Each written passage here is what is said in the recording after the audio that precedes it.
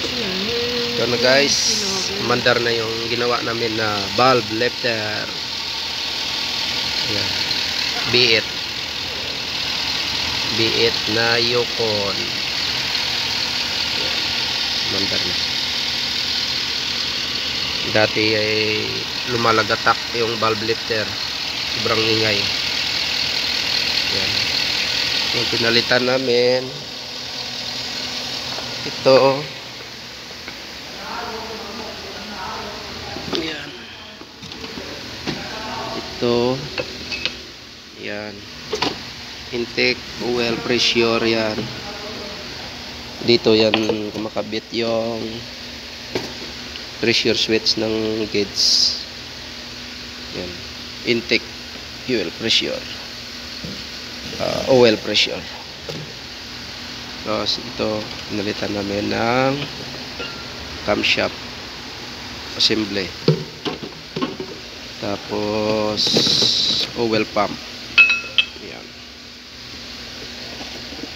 Tapos 16 na valve lifter.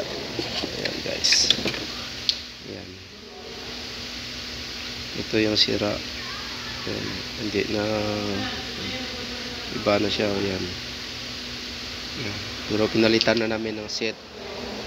Yan. Yung ito may spring. Yung iba wala.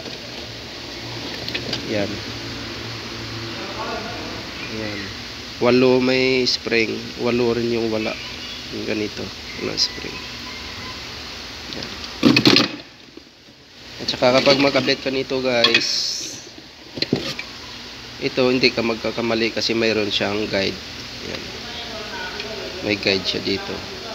Pag sinalpak mo sa ibang side, hindi mo masalpak. Tapos ito may guide rin dito. Ito yung malaking hole to, yung may spring. Dito wala. May stopper rin siya. Yan. Dito. Yan. Diretso rin siya. Palit kami ng head gasket. Head gasket. Yan. Daming valve lifter.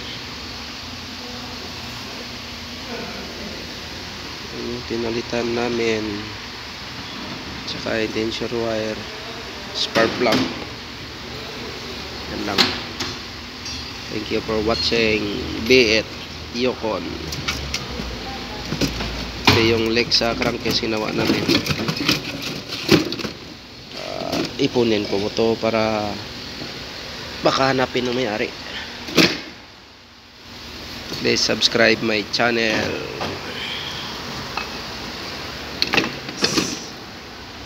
Thank you for watching. Ayan na siya. Mandar na.